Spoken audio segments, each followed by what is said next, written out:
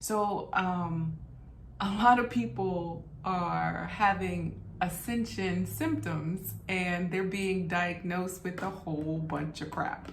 The doctor comes in and says, "Oh, I'm so sorry, you have tinnitus. We have to do an MRI, we have to do a CAT scan, we have to give you this type of drugs, we got to pull some blood. It's going to cause," this is what it says, "it causes fatigue, stress, sleep problems, trouble concentrating, memory problems, depression, anxiety, and irritability." You're going to believe it and manifest negative situations, negative diseases into your being. All of the, if not most, of the Ascension symptoms are given a diagnosis and given medication. And then the brain starts doing the work and making itself ill and sick because of what the doctors are telling you. So let's talk about tinnitus. Let's talk about one of the Ascension symptoms are tinnitus. So everybody knows what tinnitus is, right? You get the ringing in your ears, you get the, when I was fasting, I got the swishing sound, I've got it seemed like it was a waterfall and it was so loud. Right now, I get the constant ringing in my ears. It's constant and I look forward to it. I love it because I know that the more I hear it I know that I'm going into these higher dimensions. And that's exactly what you guys are doing. You're going into higher dimensions. So enjoy the so-called tinnitus. I think what you should be focused on is what you can do for your life. Your circumstance is your circumstance. I've always believed that my disadvantages are my superpowers. And I think your disadvantage is your superpower. Use it as fuel. If you look at stories of great men, of great women in history, that story always has a lot of disadvantages that were overcome. There is something in the process of overcoming hardship that creates greatness. Most people quit through that process. If you can survive it, then your story will be a great one. I've developed the listening to what we call the sound of silence, or the nada, or what's called nada yoga. And this is an ancient form of yoga, I've heard. It's almost disappeared.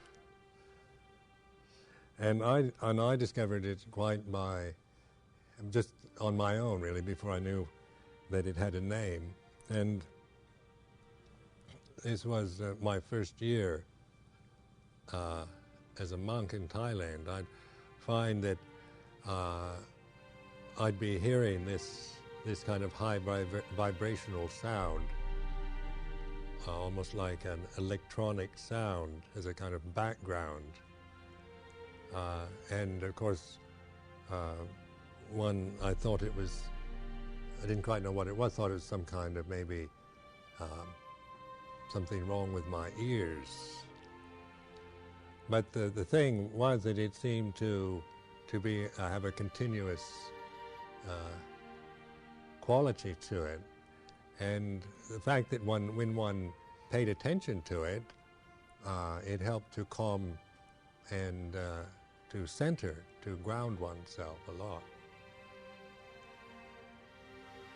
So I call this the listening to the sound, the inner sound, or the sound of silence. And it will help you to let go of things, to be able to empty the mind quite empty at that time. The mind is reflective, it's not highly concentrated, so you're not kind of absorbed in anything, but it offers a kind of backdrop, a grounding, a centering rather, so that one's ability to say, let go of things, it increases a helpful way of letting go of very difficult things, like highly fraught emotional experiences are very difficult to get any perspective on, because if you really have a strong emotion in your mind, then it's very difficult to not either suppress it or to just go on and on with it. Where I found concentrating or listening to the sound of silence very helpful, because just by staying with that for, say, the count of 10, remember when your mother used to say, now before you say anything when you're angry, count to 10. There's a certain amount of wisdom in that saying, actually. But if you listen to the sound of silence and count to 10, it'll even be better. It's a high pitch, fairly high pitch, and a continuous kind of ringing, reverberating sound. Sometimes at first you don't even like it, but actually once you, some people like it a lot, some people find it irritating, but once you recognize it, you'll find it very helpful, and the aversion or the reaction to it will also cease. Now, it's very helpful also when you are in stressful situations. It helps to give you some place to have a perspective. If you're in rather tense or difficult situations in, say, social scenes or work, whatever you're doing, it helps enormously to be able to reflect on that sound, because that way you'll be able to stop the kind of habitual reactions that you might be having in regards to a tense situation. So it's like listening. One of the ways of liberation is through listening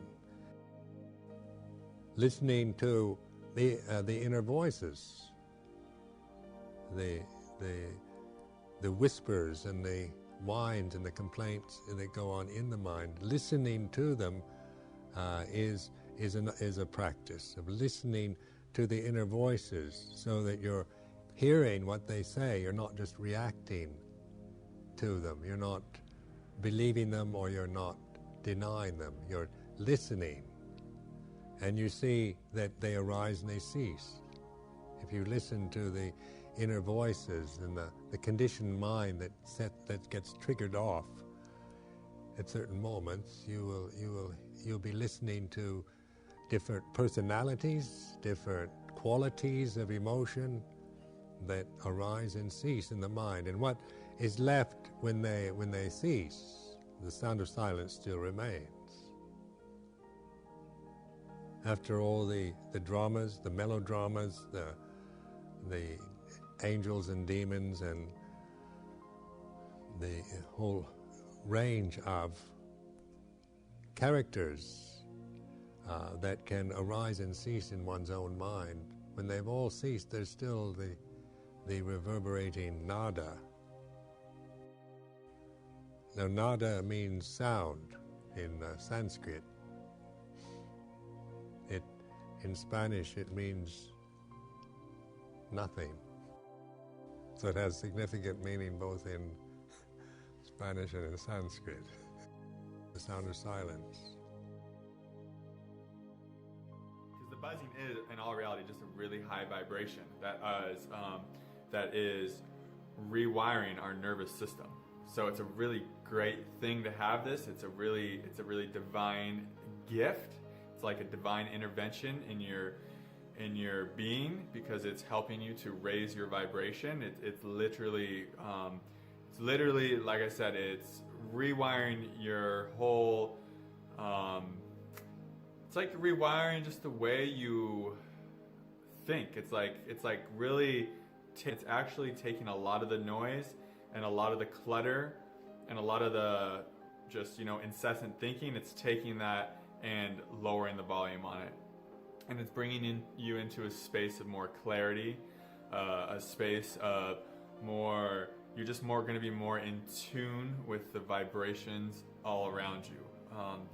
This vibration you're hearing, it's not just in your inner ears and your head. It's actually expands to the whole universe around you. So it's actually it's called I think it's called like the divine sound or the universe's sound. It's not a symptom per se. It's just that you are now at a level of vibration where you can perceive this buzzing that the universe, that life itself is vibrating at. So this is a beautiful gift. It's actually connecting you to everything else. And what it's doing, it's melting away aspects of you that don't meet this vibration. And those are the aspects that are screaming out, I just want to kill myself, I can't stand this. It's because those aspects, in fact, are dying. Whenever we're having suicidal thoughts on the path, guys, just know that it's older aspects of you that aren't coming along with you on the journey, that aren't ascending with you. And it's totally normal for them to have this outburst and this tantrum, but it's just a tantrum. Your thoughts are not you. And the thing I talk about is you can't hate these thoughts away. You can't hate these aspects away. That's just going to drag this process out longer because that's just resistance. And you open your heart to these voices, to these desperate thoughts, to these, really, they're just desperate and angry thoughts about older aspects of you. Can you open your heart to feel them and accept them, and without believing the thoughts? Because like I always say, the mind is just a machine. It's not a master.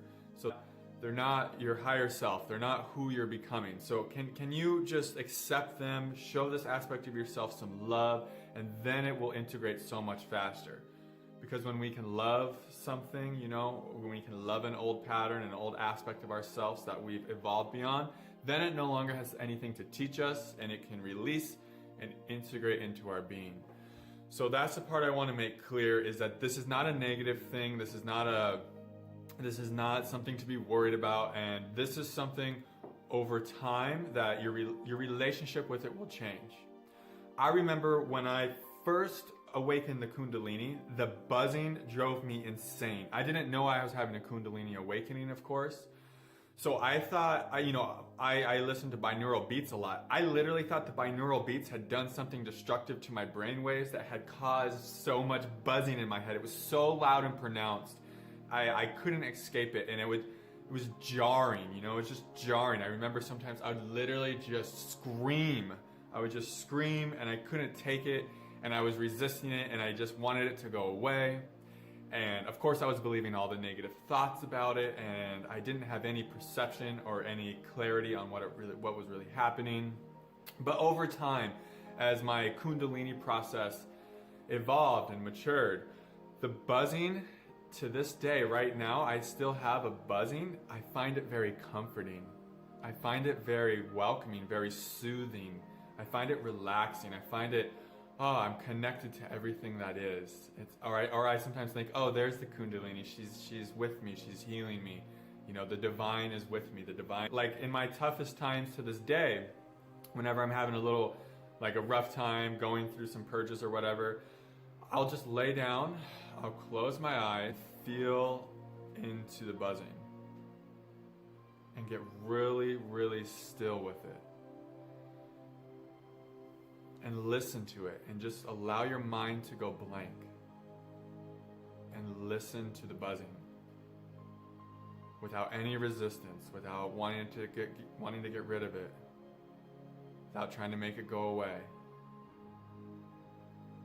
Feel into the vibration of it.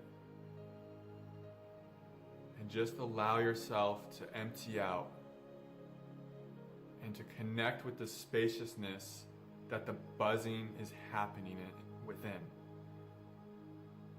Because there's this spaciousness that the buzzing comes out of. So when we can start connecting to that place, we allow ourselves to dissolve into the buzzing. We allow the personality structure that wants to fight the buzzing, that wants to get rid of it, that hates it, that it finds it a nuisance. When we dissolve into the buzzing, we allow that part of our personality structure to release. We allow that program to disassemble and to fall away. And then we have more space from which to feel the truth of what the symptom really is, which is just a vibration. It's just a very, very high-pitched vibration.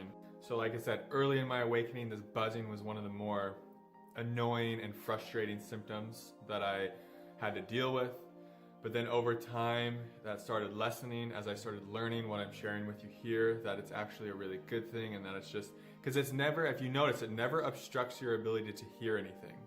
At first, it may be distracting in a lot of ways, and it may kind of really cause brain fog, and cause difficulty thinking, which is kind of what it's intended to do, because early in the awakening, we're being asked to let go of thought for a while, so the brain can have the space and the time to heal. I know it can be frustrating, but just hang in there. Keep doing the work of just laying down and letting go into the vibration, and you might surprise yourself when you really feel into this, buzzing that is really driving you crazy right now. But when you feel into it and when you listen to it and allow everything else to go blank, see where it takes you. It might take you to some pretty amazing places, my friend. So, anything you imagine is possible, because the universe is vast and it's interdependent. So it's not just an isolated me, with that nothing affects me.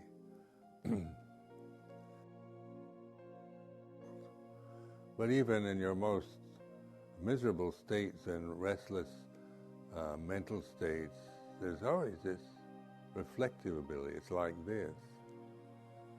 What you're experiencing is from the deathless consciousness, rather than from some kind of personal position where you've got to figure out why and how it all comes and happens like this. And so from this position of awareness, then we're reflecting on it is the way it is, and whatever quality, quantity, whatever form, formless, amorphous, clear-cut, precise, fuzzy, any of these kind of adjectives describing, what the kind of experience you're having right now. Aware of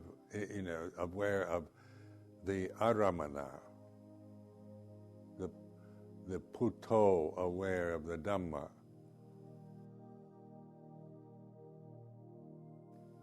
So this deathless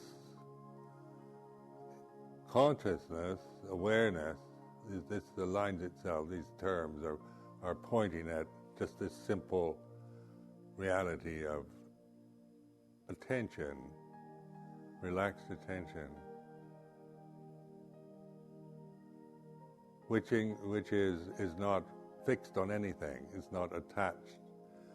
When you relax and open, and you can hear this, what I call sound of silence.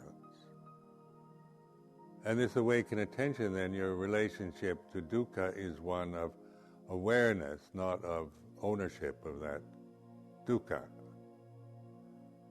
So not to own, not to be the owner and the possessor of dukkha, is to trust in this awareness, because then there's nobody to possess dukkha. You're not creating the illusion that I'm suffering and because this or that. There's a recognition of the conditioned realm from this position of the unconditioned, this natural state of being, in which the condition then is in perspective, and you're aware of it in terms of the way it is. And then this anicca is a characteristic. All conditioned phenomena is impermanent. There is the uncreated, unborn, unformed, unoriginated. Therefore, there is escape from the created, the formed, the born, the originated. So what is that unformed, uncreated, unborn, unoriginated now? You know, it's not a thing. It couldn't be some kind of thing you find. And so this is, you know, intuitive awareness. You can't. You're not trying to figure it out or create any images or trying to find something called the uncreated, but it's through this simple, imminent act of awakening. You are that. You know, it's like, this is it. Just this. Nothing fantastic. Nothing, you know, world-shaking and you know, overwhelming. It's so ordinary, so present, so in its way obvious, but it's also subtle. Our whole conditioning process is always ignoring it, overlooking it, never recognizing, always looking for something out there, looking far away. So this is where, like, mindfulness is opening and recognizing. It's just this. So this kind of awakened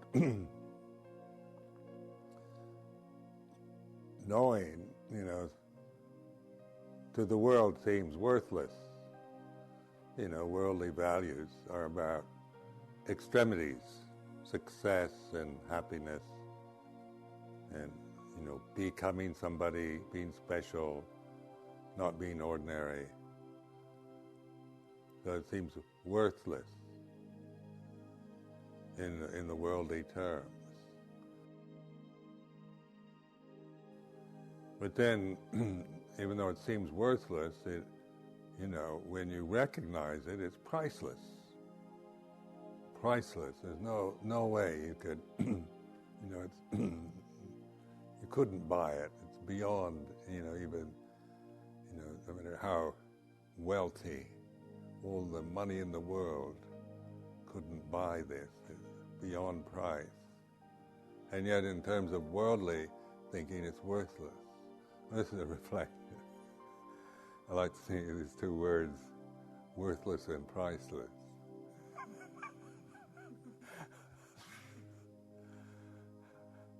Not worth anything, but beyond price.